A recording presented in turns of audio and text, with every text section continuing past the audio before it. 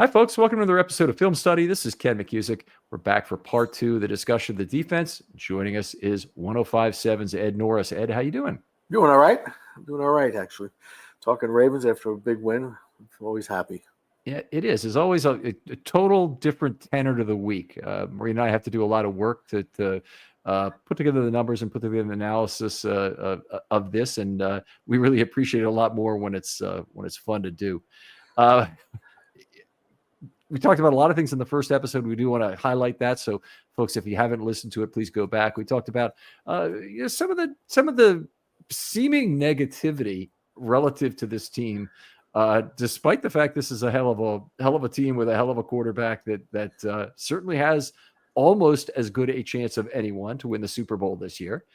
Certainly better than at least 28 other teams who would love to be in the Ravens' current position. And yet there seems to be so much negativity. I mean, a thing like the penalties, which is, a legitimate reason for concern. I'm not sure that has the kind of impact that all the Ravens' advantages have in a typical way. We talked a little bit about the DVOA ratings. The Ravens are back at the top of those. A lot of the shuffling done an inside linebacker. So we went through that in some degree in terms of not being able to find a spot for Trenton Simpson. Lots of stuff about packages and so lots of stuff about, they did play a pretty bad football team in the New York Giants. You can't avoid that. They did play a bad football team, but the play was in front of you. They had them off a bye. They've always been successful at the bye. Harbaugh's record is pretty impressive. If it's not the best in the NFL, it's second best coming off a bye. So he has them always prepared. And they were prepared yesterday. They played a really impressive game. The score was one thing. You beat somebody by 3 touchdowns in the NFL. That's a curb stomp. Let me turn that question around. Is if the Ravens played the way they did yesterday, including the pluses and the minuses, how many of the NFL's 32 teams do they beat playing like that? Most of them. Yeah, they still beat most of them. I mean, I'm trying to think of who they don't beat, and I'm not sure they don't beat Buffalo playing the way they did yesterday. Well, I'm not sure they don't beat Kansas City. Yeah. I mean, they just boat raced Buffalo when the defense wasn't playing well. They had a field day with them. So they played Buffalo. They beat them soundly. They beat the Broncos the same way. They beat the Chargers. They beat really good teams this year. They should have beat the Chiefs in week 1. Right. So, I mean, I don't like – I hate the people they dwell on. Yeah, but they lost to the Raiders. And, I know. Happens. It does happen in the NFL. So it's just you can't go by that. They've beaten some really quality teams this year. It's been a long time since they've lost to a team by 2 scores. And I don't remember actually the last time it happened. I know Buffalo did have a longer streak that went on for about 3 years until the Ravens trashed them 35-10. Yeah. But,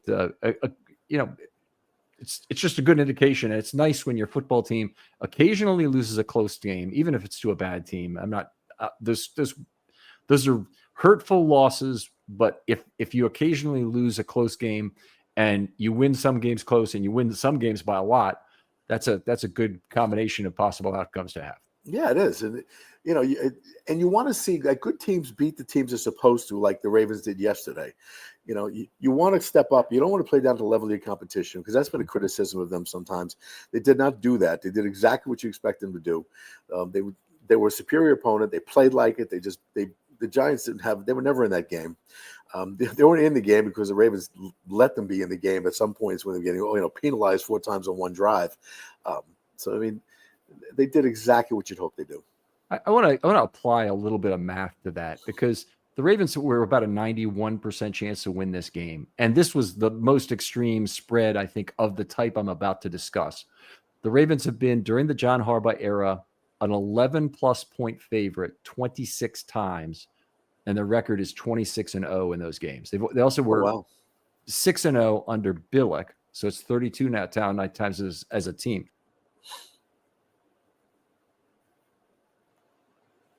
Where'd you go?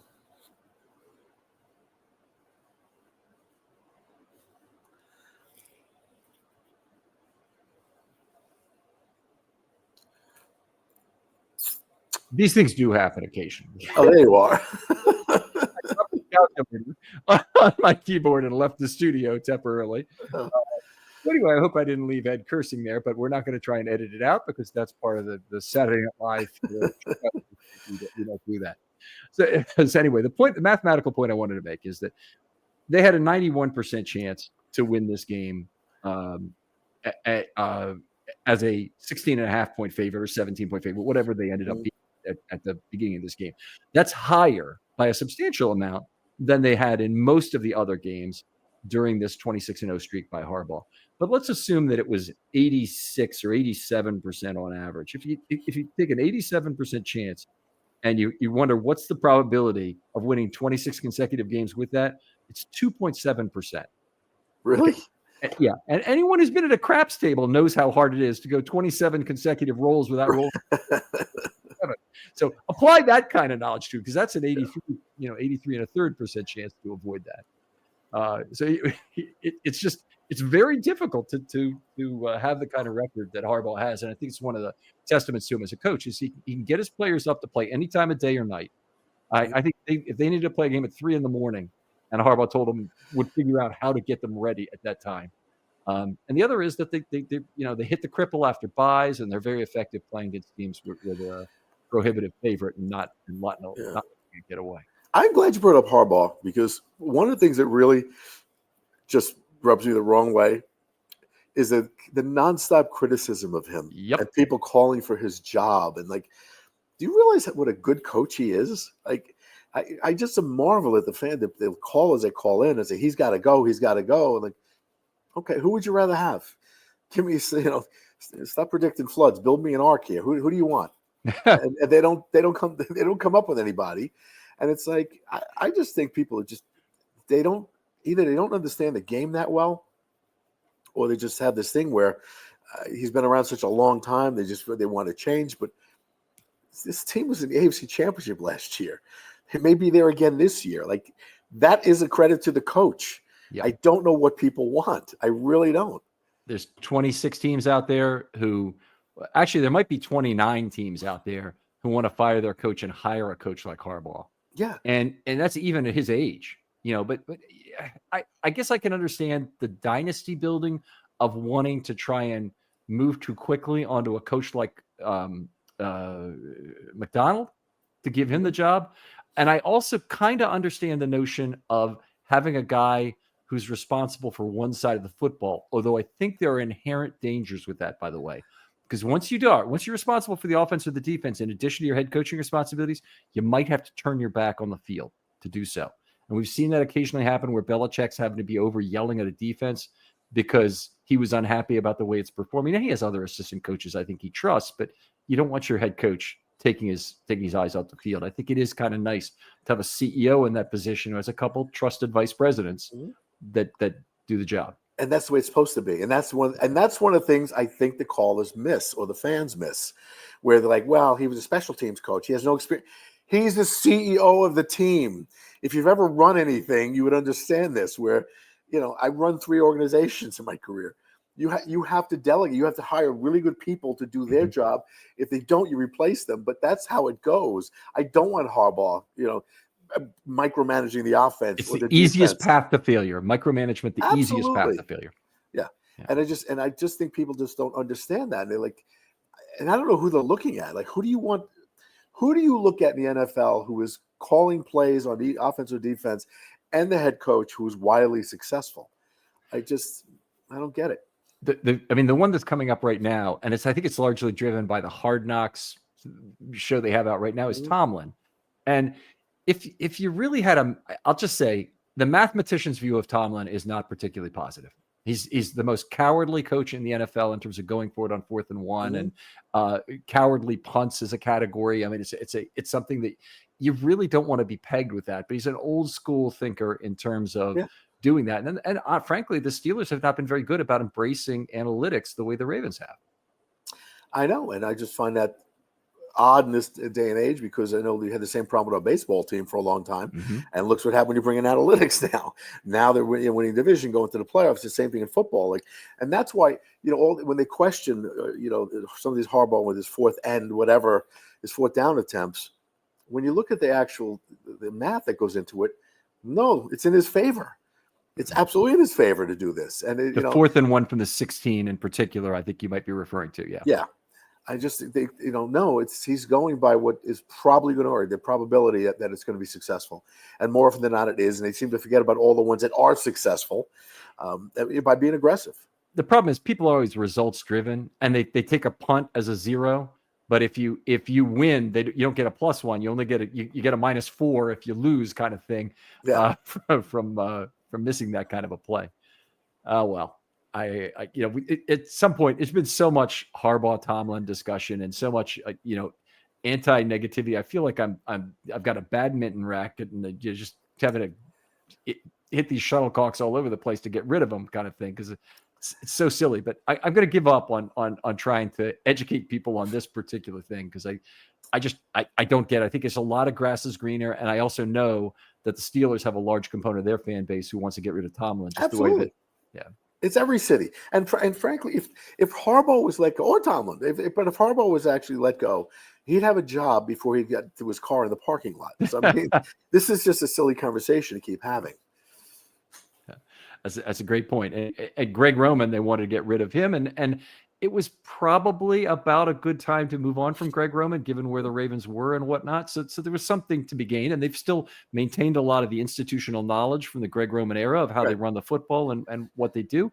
So from that perspective, I can understand moving on, why it was the right decision.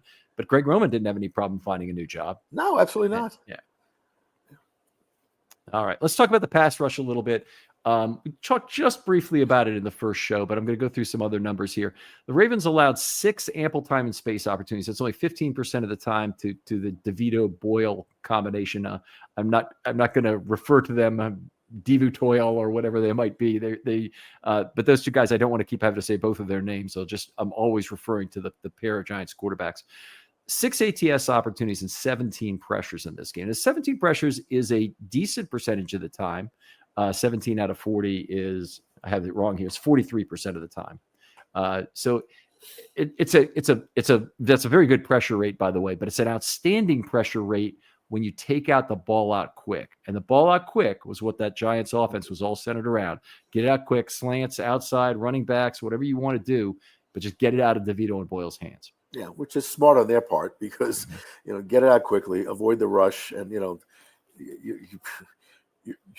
have a very talented team. So the more you can actually go up tempo, get the ball out quickly, and hopefully catch the Ravens before they can get into your backfield or set up. I get it. Worked for them a little bit, but didn't work very, very well in the end. And the Ravens, Van Noy's still having a good season. I think people forget about him sometimes. They looked at last season. Well, he had a rebirth here. I think the other outside guys have come around as well.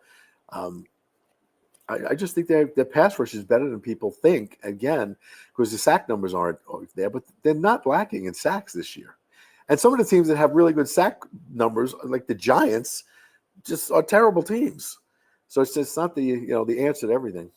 I wanted to check and see where they are they're in the top 5 in sacks, right? Yeah. Still. So let's see. The Ravens are 3rd with 44 sacks. Yeah. And I think that's lost on people, though. Yeah. Honestly, because no one talks about it, and they do get a lot of pressure, and they have a great sack numbers. And if you have the numbers in front of you, I don't put you on the spot there, but like who's number 1 this year, right Denver, now? 449. Denver, the Giants, 45. Yeah. Okay, and that's the Giants are actually 5th with 41. Yeah. So I mean, I'll take the Ravens over any of those teams. Yeah.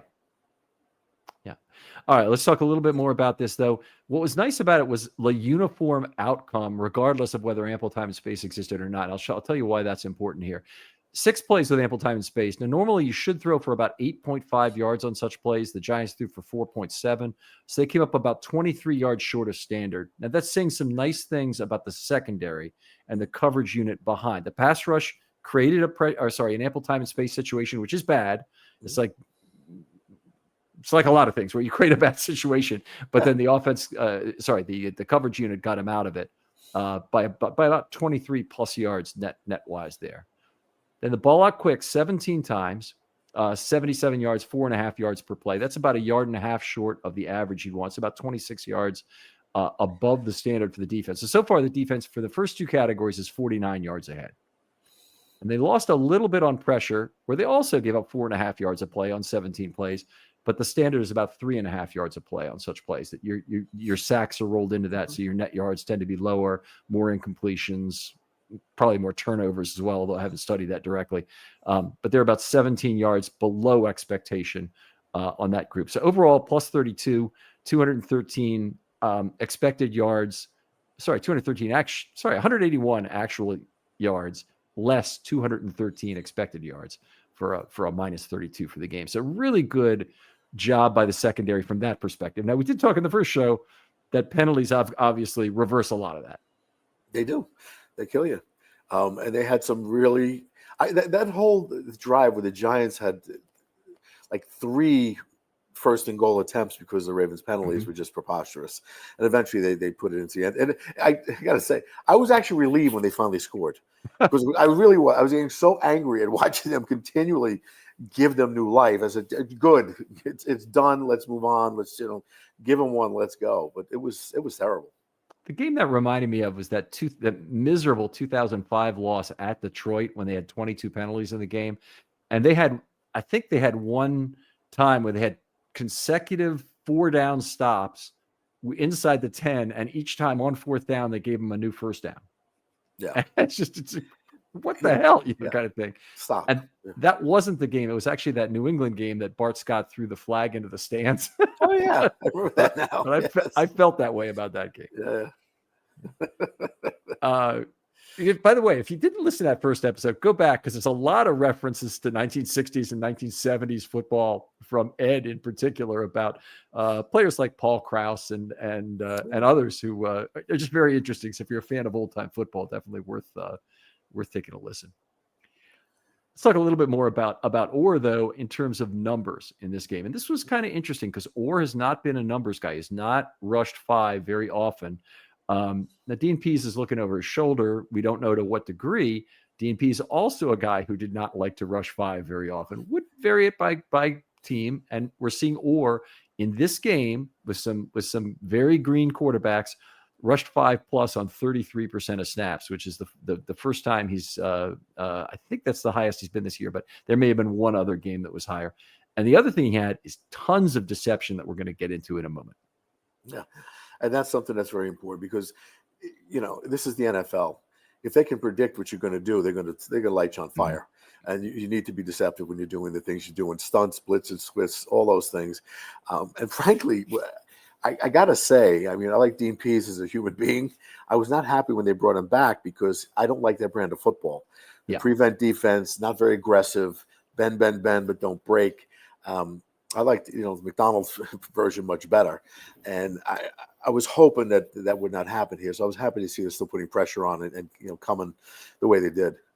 We talk about on this show all the time that the value of variance generally accrues to the defense. Offense wants low variance, because if you look at offensive yards per play, if you're the Baltimore Ravens, you get 6.9 yards per offensive play. You'd love to get 6.9 yards every offensive play if you had a chance. So a 0 variance offense is perfect. But if your defense, you really have to get penalties, you have to get big stops, you have to get sacks, you have to get consecutive incompletions in order to get the other team off the field. And basically, all things that you can do to create variance are very important. And it's very important for teams to seek that out, even in situations where they might not normally. It might seem normal to up 7 in the last 2 minutes of a game to try and play a little off and not try and do anything. That's exactly the time you really need to be going after the quarterback to get him off the field, because it's 4-down football. It's that much harder to get that team off the field. Yeah, and it's that much harder when you kicking yourself in the behind with penalized, getting these unnecessary penalties when you've done such a good job of keeping this keeping your defense off the field by stopping them, and you give new life over and over and over. I was just really penalties yesterday. They're the most penalized team in the NFL, so it's just hard to believe they're successful. It is an unusual position to be in, certainly, but it shows you still can be a good football team with a ton of penalties. Because hey, this is the example right here. Very briefly, 4-man rush 26 times, 4.2 yards per play. They had all 3 of their sacks, by the way, with a 4-man rush. Tremendous job the Ravens are doing this year, by the way, getting home with a 4-man rush. Been very impressive. Last year was too. 5-man rush 12 times. They didn't get any sacks, but 5.7 yards per play, and a 6-man rush 1 time for 5 yards.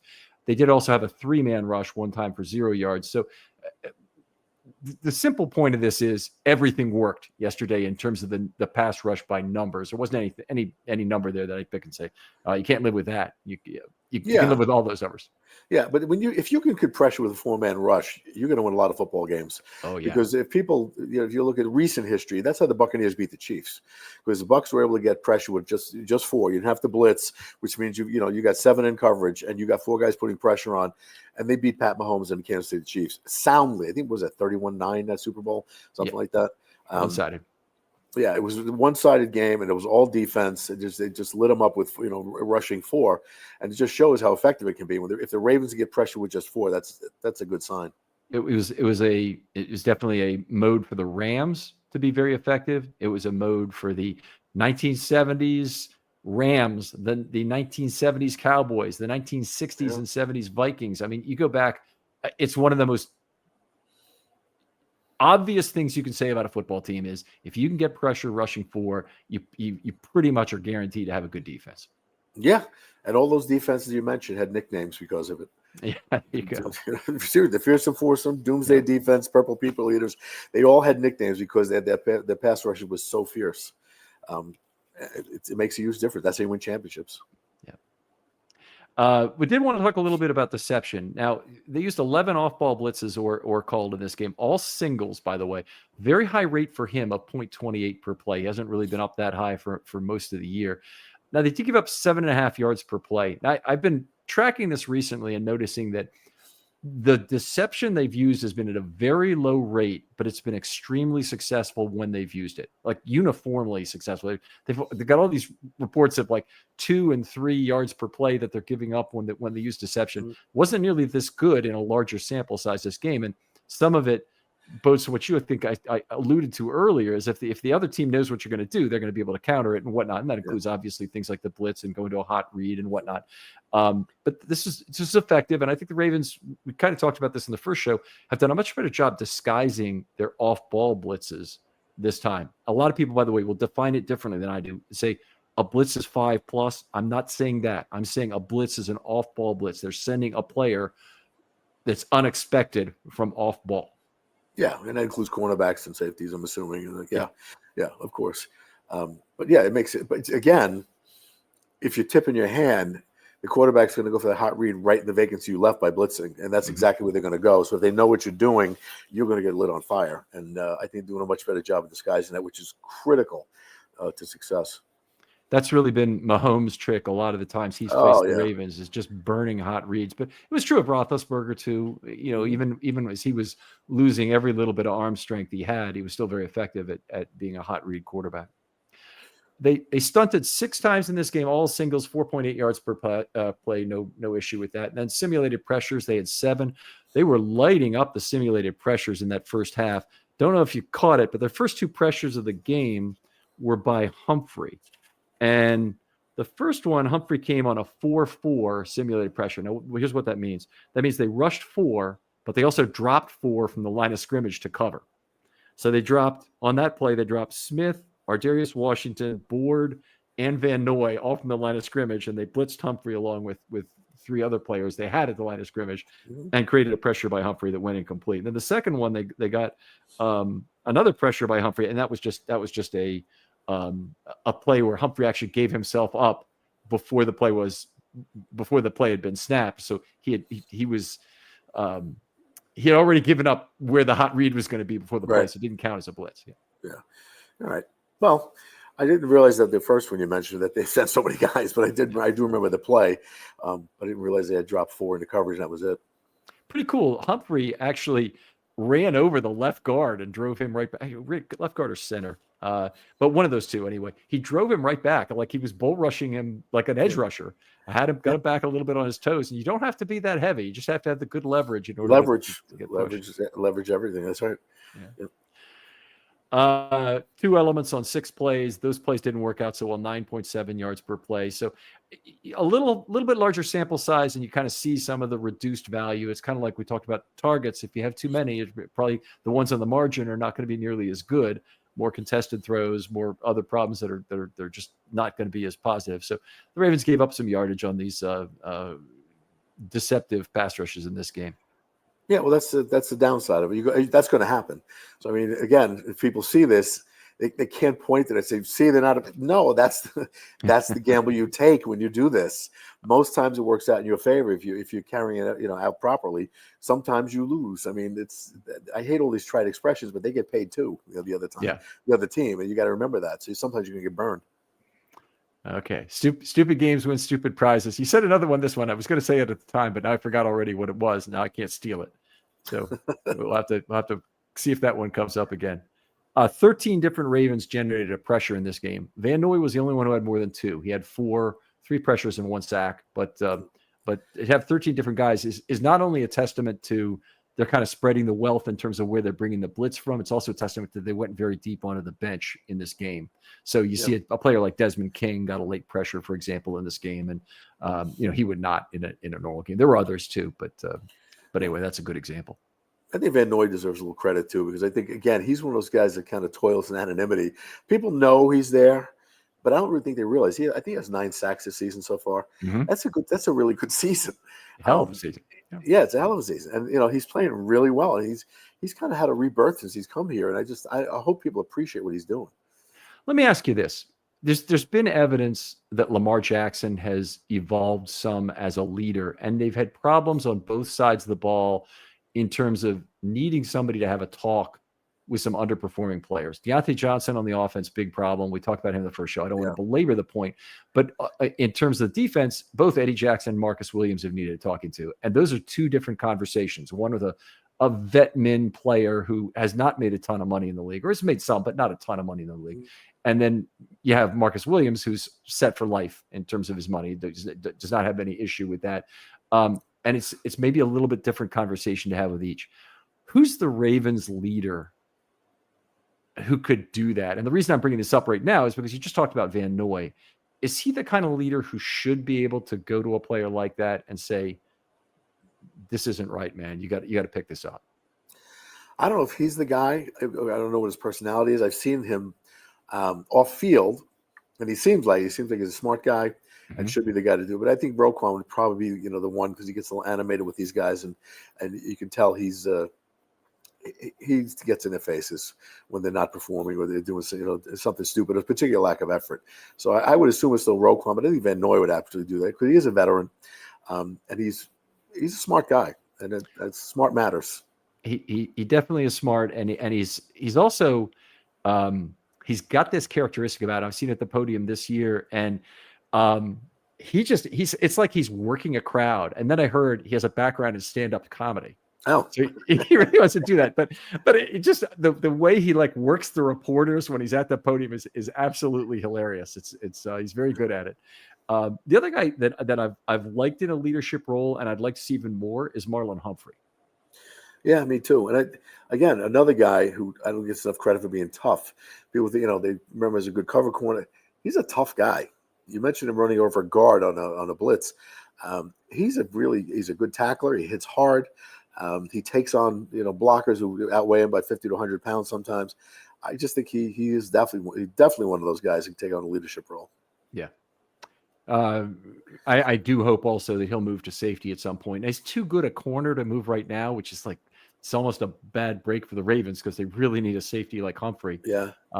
But if I would take this as a second possibility, and I don't know if this is even remotely possible, but I'd love to see a world in which Humphrey and Hamilton were truly interchangeable about who could play free safety and who could play slot corner. If you had that, you'd really have something to keep the opponent guessing. It's kind of like having multiple tight ends on the field for the offense. Yeah. How do you deploy against that with your opposing defense? It'd be very difficult. Yeah, and we've seen a lot of premier corners play safety in the second half of their career, end of their career. Woodson, Rondé Barber, another good example, went from corner to safety. He was real successful with the Bucs, so I could see that happen. Rod Woodson, and I think that I asked him already this summer early on when he was at the podium. Have you had conversations yet about potentially moving to safety? And he said, have not had the conversations yet, but he always saw his career ending at safety. And so that's good. I don't know how he's, when it's going to feel right to him. I imagine not after a big year like this. If I were Brandon Stevens right now, I'd be doing whatever I could to get probably to get more versatile in terms of positional usage. I'd be thinking about moving to safety. And he's tight. I just don't know if what he does as a corner is really fixable. I don't think it is at this point. I mean, when you get to this level, you've played football for a very long time. I'm assuming they played sandlot football and high school football and college football. So you're talking about a good, 10 years before you get to the NFL level. And now he's a veteran. He is who he is right now. And I just, he's got flaws in his game. He just does. All right. Let's jump into some individual player discussion. Who would you like to talk about from the defense on this game? Maybe Ardarius Washington. He's really one of my favorite players on the defense. I like so much about this kid. I like when he came up. I like the fact that you have this undersized guy playing safety, but we talked about Bob Sanders earlier. Not unusual. Tyrann Mathieu not a big guy either, and a pretty premier safety. And I think he's become one of those guys. And I'm assuming some of the reason he was overlooked because Williams had a pedigree. And guys like that, you're going to take. I think naturally, coaches are going to plug them in ahead of you no matter what, because he had a history. He had a good career in New Orleans.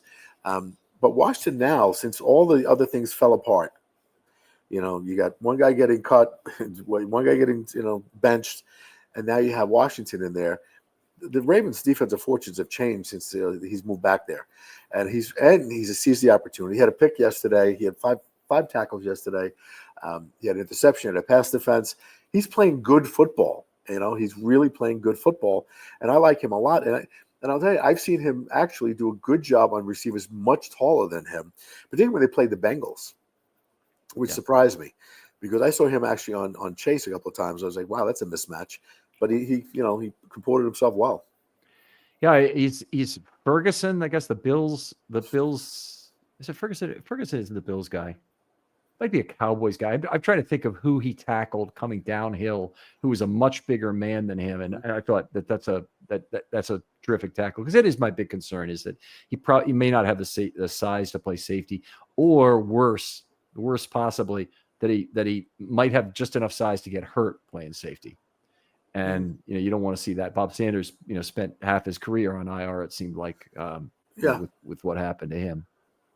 Yeah, sometimes. But sometimes if you see somebody who can take on bigger players, even when I was coaching kids, like the bigger the hit you deliver, the less likely you are getting hurt. Yeah. And that's just a fact. And he seems to have that down pretty well, where he delivers a nice blow. He tackles well, and that goes a long way to keeping you healthy in this league.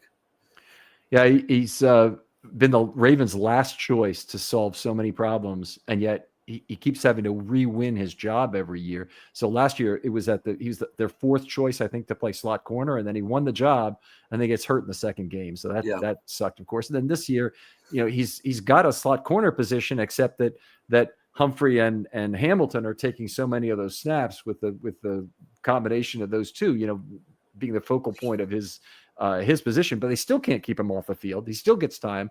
Mm-hmm. Mollett comes back. They give snaps to Mollett for some reason over Washington, which I've never gotten. And then they finally move Ardarius to the back end, and he's seeming to be thriving and playing every snap, which is great. But it's been a tough road for him to earn the playing time. But here's my question. Mm-hmm. Would you go this season? It'll be after 3 years. You have a chance for an early signing of Ardarius Washington. And the Ravens have about 6 or 7 of these right now that they can take care of. Linderbaum is a very big one, who's a year early from having to be done. Hamilton's actually 2 years in advance. They still might do it, but they might wait another year with him.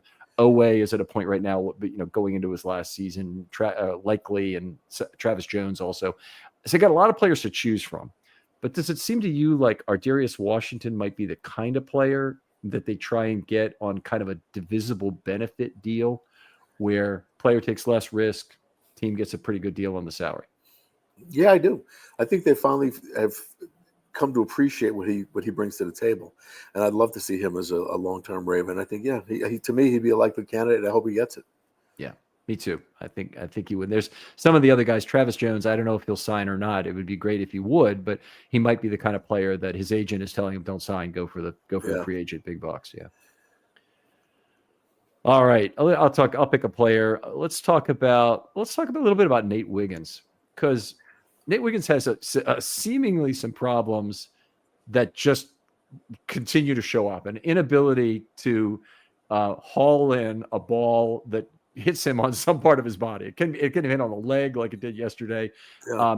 Also had a kind of a not good back end of the bracket opportunity to go up high for the football, which he did not make any attempt to make. Now, I'm not 100% sure he could have, leapt the proper height to get the ball, but he seemed to be in a position where it was his ball or no ball.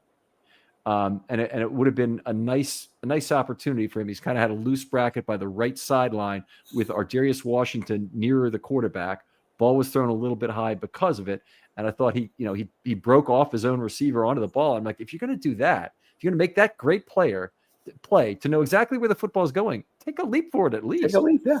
Take it to the high point. That's exactly what you're supposed to do. And it's been a little frustrating to watch how many times they've either done that where it hasn't taken a leap, or just drop balls that hit them, between the numerals. Mm-hmm. We've seen that in the secondary as well. So yeah, it's been some frustrating play back there. I don't quite.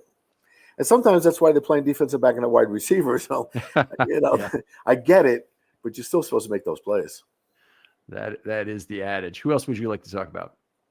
Maybe Van Noy, who I think is a big veteran presence on his team, and comes here as I hate to say a stopgap, but it kind of was, where they bring him here because they had no pass rush or very little pass rush. So you bring in a veteran like him, and I think he's done nothing but perform for this team, and I'd perform at a much higher level than I thought they were going to get from him. The fact that at this stage of the season now he's at 9 sacks already, and a ton of pressures.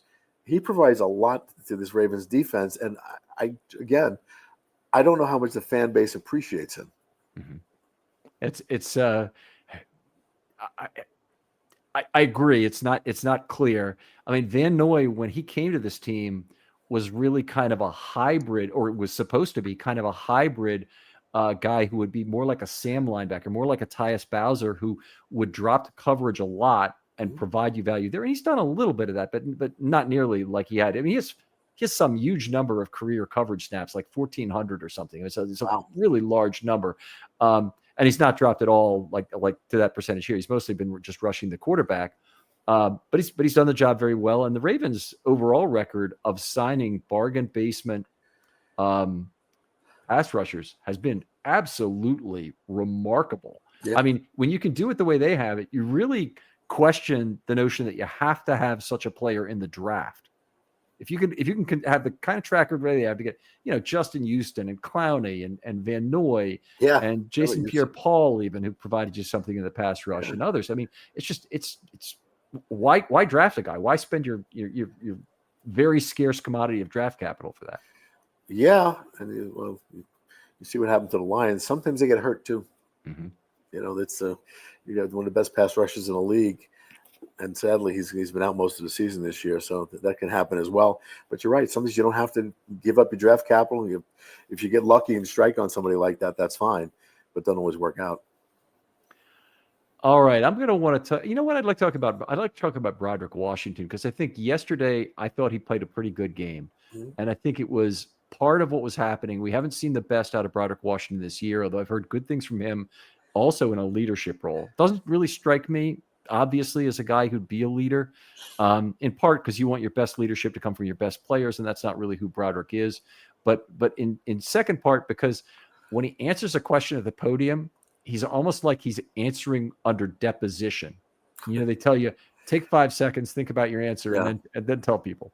And it's just one of those things that really is strange. But anyway, he apparently said some things that were very positive from a leadership perspective. And now he's playing back in position, and he had a very effective game yesterday, I thought, in terms of getting the quarterback in some cases, but also the screen pass where Michael Pierce was having like the slowest pressure ever, inching closer to DeVito, second by second.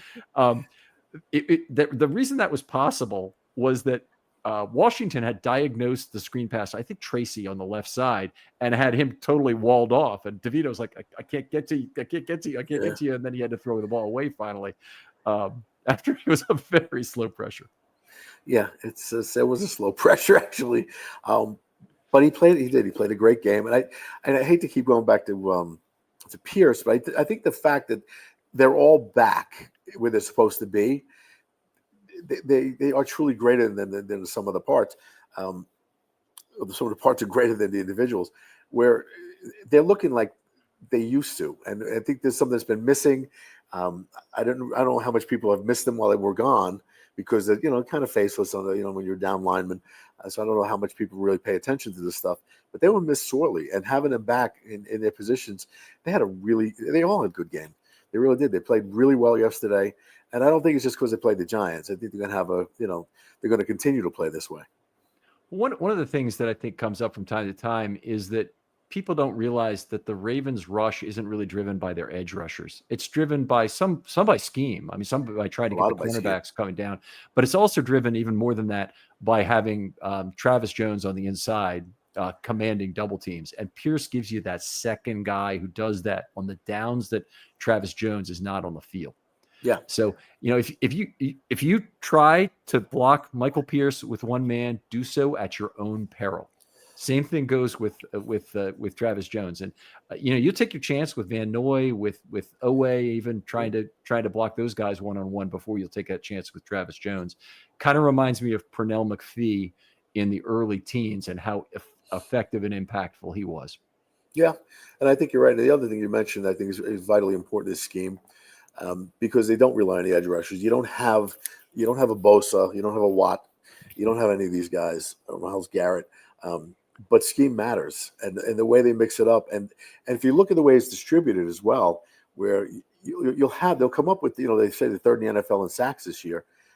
They don't have anybody with 17 sacks, so they do it by spreading the responsibility around and feeding everybody. Where guys are contributing. Pretty much throughout the defense, be it blitz packages or guys coming up the middle, some corner blitzes, safety blitzes. They do a lot of mixing it up, which I think is why they're so successful. All right, another player you want to talk about? Maybe Brett Urban briefly, because I've always liked him. Again, this is somebody I think people totally forget about, but provides a lot of value to the team. And I was happy to see him back in the rotation, and knocked down a pass yesterday. He's just very effective. His size, his height in particular. I think since Calais Campbell, we haven't had someone that tall on the defensive line, and he's that guy now. And I just think he's one of those people that I think people just kind of forget all about. And I hope they don't, because he provides a whole lot of value for this team, particularly in the pass rush, when he tends to get his hands on a lot of footballs coming out of the quarterback's hands. Great player.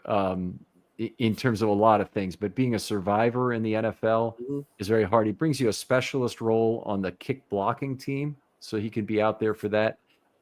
He's a guy who really gives you value in terms of getting hands up. You got a shorter quarterback in the game, drives him absolutely nuts. It's like being 5'8" and going into the lane and have a 7-foot shot blocker in front of you. It just you don't want this. I mean, you have to go around him, but it's too many hands to work with. The other thing I've always heard is that, and maybe you have some experience with this, Ed, but that one of the reasons why Chamberlain was not that effective against Bill Russell was that Bill Russell blocked with his left hand. And so it drives a right-handed shooter in particular absolutely bananas to have that happen, as opposed to having a right-on-right matchup. I didn't know that. Okay, well, it's just a kind of a weird thing that I heard from a Celtics fan. So I'm sure he's telling you must have heard of a Celtics fan, because my experience or my memory is Chamberlain did a really good job on Russell. And if you look at the statistics, Chamberlain really had the advantage there. If you look at the points he put up against him and then things like that. I'd have to go back and look at that. I mean, Russell is the all-time king of championship rings probably in any sport. Obviously, yeah. But yeah. When there were 5 teams. So yeah, it's a little distorted. It's like the Montreal Canadiens in the NHL. Yes. There were 6 teams all those years. Yeah. They won a lot of Stanley Cups because there were no other teams until expansion. So. There you go. All right. Let's move on to the mailbag. Take a few mailbag questions here. And I know we got some good ones. So I'm going to move right over there. And just hit us up at #FilmStudyMailbag if you'd like to be on this. Okay. Oh, that's an offensive question. Let's see. Okay, here we go. This is from A-Bits, who says, with two safeties inactive yesterday, the Ravens had one of their better special teams / pass defensive games of the year. What are your thoughts with colder weather this month and next on the Ravens activating fewer safeties and more linebackers / defensive linemen? I'll give you first crack at this, and then I have some thoughts on it. I don't know how you can activate fewer safeties since they have so few on the roster. So I don't know if that's really valid. They don't have any safeties anymore. So yeah, I don't know. And frankly, it's a really important position to have because this whole cold, again, this is something I think people just they have this in their mind of colder weather are going to run the football. Yeah, not really. If it's not really incredibly windy, and if you're not playing in Buffalo or the Meadowlands or someplace that's really at a windy stadium, they're going to throw the football in December and January. Yeah, they really have to. One of the interesting things we didn't talk about was that Beau Braid did not get a chance to play on the back end in this game. And I've kind of felt like all along that he wasn't really a back end split field safety skill set. We saw him play in the preseason a fair amount, and most of his good plays were right up around the line of scrimmage defending the run. That says dime back to me. Maybe a guy, man, maybe they trust him this way. Maybe they don't even. That you have in a good short zone player who can come downhill, make plays. He could be an option to replace a Board or a Simpson on third down, but I don't think he's at this point a guy the Ravens believe could play on the back end. I think if he was that guy, we absolutely would have seen him in this game yesterday because they still had Stevens on the field at the end of the game, and they certainly could have gotten Braid in at that point. Yeah, I was surprised because that's when they were putting in people to get a look at them. But they did it running back, they did some on defense. Yeah. I was a little surprised as well. All right, got a question from Brad McGowan here. He says, "Hey Ken, two defensive questions: Harrison and Board that much better than Simpson? Are Harrison and Board that much better than Simpson?" I don't know. Yeah, I'd say yeah right now. I mean, I like Simpson a lot. I've been championing him since he got drafted. There's things I liked about Simpson. I was never a big Patrick Queen fan. I think he was good, but it was never great. I don't think he ever lived up to expectations. And when Simpson came, the fact that he had speed and actually played safety in college as well as linebacker, I thought he was going to really complement Roquan that much better. Because Roquan's such a good runs, he's great. He's just a great linebacker. Does everything well. But I thought, his speed would actually complement him, and he'd be much better in pass coverage. Right now, I kind of like the way they're mixing up with the platooning the other two. Yeah, they have some of the linebackers who have a safety background have converted well to the NFL because their skills are portable. So their understanding of the field from the back end and knowing how the patterns are developing from behind them when they play linebacker is still fairly well known. So you'll see Roquan occasionally look to the other side of the field to look for potential crossing routes. I'm not saying all linebackers don't sometimes do this, but if you're Trenton Simpson, you should probably, it's more important to pick up those kind of clues than it is to look at the quarterback and try to figure out where he thinks he's looking on the play. It's really more important to say, hey, those are the threats. When is that guy going to be behind me? If it's a deep over or if it's a cross behind me. And I have not seen that, unfortunately, from Simpson. By the way, Harrison is even more limited in that regard. He's not a guy who gives you that at all. He is a guy who's a big time thumper. Yeah. But the thing that I think they decided in this Giants game, or for this Giants game specifically, was that the Giants did not pose the same sort of passing risk that they presented with Tracy as a runner, and they thought having the thumper maybe was more valuable. So if I'm looking for any kind of a silver line to say that Simpson might be back in a future game, it might just be that it related more to the Giants, what they brought to the table in terms of threats. Tommy Cutlets is playing quarterback. Yeah. I mean, what more do you have to say here? You make gestures if you're like every other NFL player. Yeah, right. Exactly. This thing, right? Yeah. The other question for Brad. Let's get to that. What will it take to get Stevens fewer snaps? These PI penalties are killing us. What would it take? It would take having somebody else to play the position, and right now you don't. I mean, that's the problem. Stevens is, he's not terrible. It's just he struggles with the PIs for one. And he just, I don't know what it is with him. To me, he doesn't seem to get like, he's not closing and making up ground because he's getting torched. He seems to run pretty well with people, but just doesn't have any ball awareness. Mm-hmm. And when you don't do that, that's when you end up getting the penalties, because you get entangled with these guys. You're not turning around. You're like right in their face. You're impeding them from catching the football. You're supposed to be turning around, going for it yourself, and that he's not doing. So I don't know how you're going to. But I don't know how you get him fewer snaps right now. I think there's about three ways it could happen. One is injury, and I'm not talking about to him, although I guess that would do it too. I'm talking about an injury on the back end that would force him into being the second safety. So that's possible. If you're looking for another way, I mean, they could decide Tre'Davious White is recovered enough from his injuries that he can outplay Stevens. They're getting rotational play in there, but White's still not taking the preponderance of snaps. So I don't think we're approaching that at a particularly quick rate like we did with Simpson, and the shift to Mm-hmm. him and Board alternating series seemed to accelerate. And then possibly number three, I have forgotten right now because I lose in my mind here at this age, but I had a third possibility and it will come back to me. All right. All right. I'll think of it when I do on one of these next questions, no doubt. Let's go into another question here. This is from Troy McClure. Okay. From such films as, this year reminds me a lot of 2012. Got so close the year before. Everyone's saying our team this year isn't nearly as good as last year, kind of flying under the radar these last couple of weeks of the year. Hopefully one home playoff game and a great run to the Super Bowl. Comments are fine as always. By the way, I think you're right. I think there is a chance of that. That 2012 team was nowhere near as good as any of the other first five Harbaugh years. And I mean, nowhere near as good. If you look at DeVoe, they were like the 12th best team in the NFL. So they made a run. And I think this team is infinitely more equipped to do so. Yeah, definitely. But I don't think this team is as good as last year's team. I think last year's roster was the best team in the NFL, hands down. And they still didn't get it done. So you can't. The game wasn't played on paper, because that was the best roster I've ever seen in my whole life here with the Ravens. It was probably better than the 2000 and 2019 teams, which is really saying something. 2006 team. I mean, some of the great ones. I did hear something really interesting said that immediately I thought this is very well put. Is that fans want the playoffs to be a referendum on which team is best. And it's just not that. There's a lot of variance and risks associated with these individual one-game tournament things. The same things that make you thrilled with March Madness are exactly what makes the NFL playoffs so exciting. The possibility of upsets between teams that are even more closely matched than they are during the season, when you can have plenty of 1 versus 32 upset risk. It's a very different world. It's a very different world. A lot of different things happen. You look at some of the real disappointing losses we've had in the playoffs.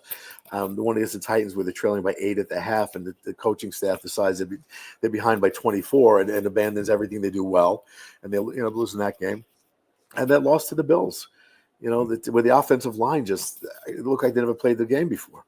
And nothing was going right in that game. So you don't know. I mean, they're human beings. Sometimes they have bad days, and sometimes bad coaching decisions, or bad players have an off day, and the best team doesn't always win.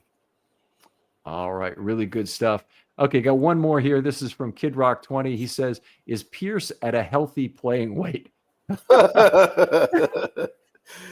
if you ask his doctor, but I mean, no, that's not a healthy weight for anybody. But it seems to be okay with him. I mean. I think you get bigger looking at him, if it's possible. He looks absolutely huge. He said, I can't recall seeing a player look like that. I know he's always played very heavy, but man, looked like he hit a Thanksgiving turkey under that jersey. Yeah, that was something. That was something. All right. Outstanding. That'll do it. If you care to do a 3-2-1 on the MVPs defensively from this game, would you be prepared to do that? What? A 3-1 countdown on your defensive MVPs from this game. You can just give me your third, and I'll name my third, and then we can kind of work through this. If you're not, I'll just list my third three, and we'll move from there. Yeah, why don't you just list your three? I'd have to think about that for a minute. I'll do it. So, okay, my number 3 defensive MVP of this game is Roquan Smith. Outstanding cleanup job, and that's what Roquan is needed to do. Get to the spot.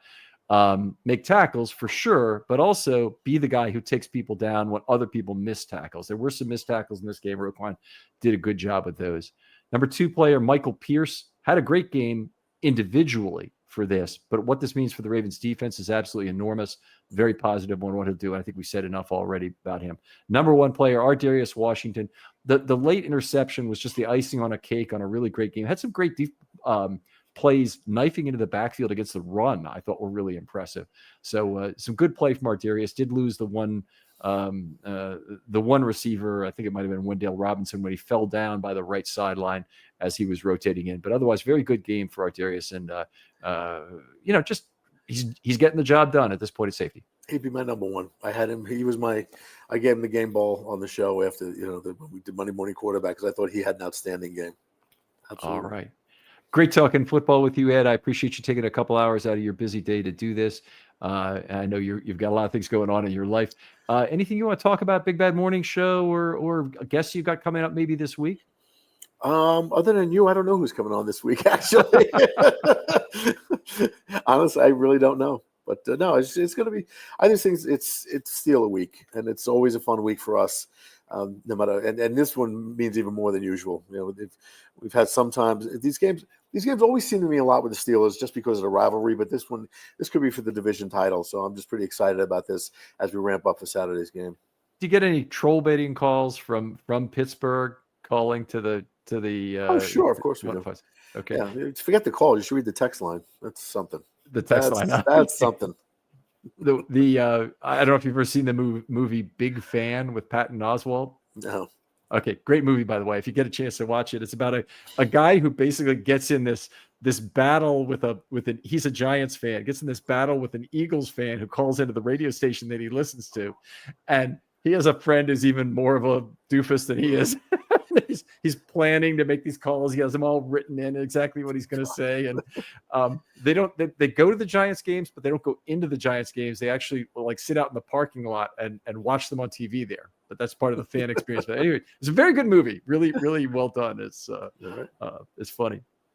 Anyway, I appreciate you coming on, Ed. Other folks out there, anything you do for the show in order to pass the word of mouth along is great. If you want to write a 5-star 50-word review, that's also fantastic.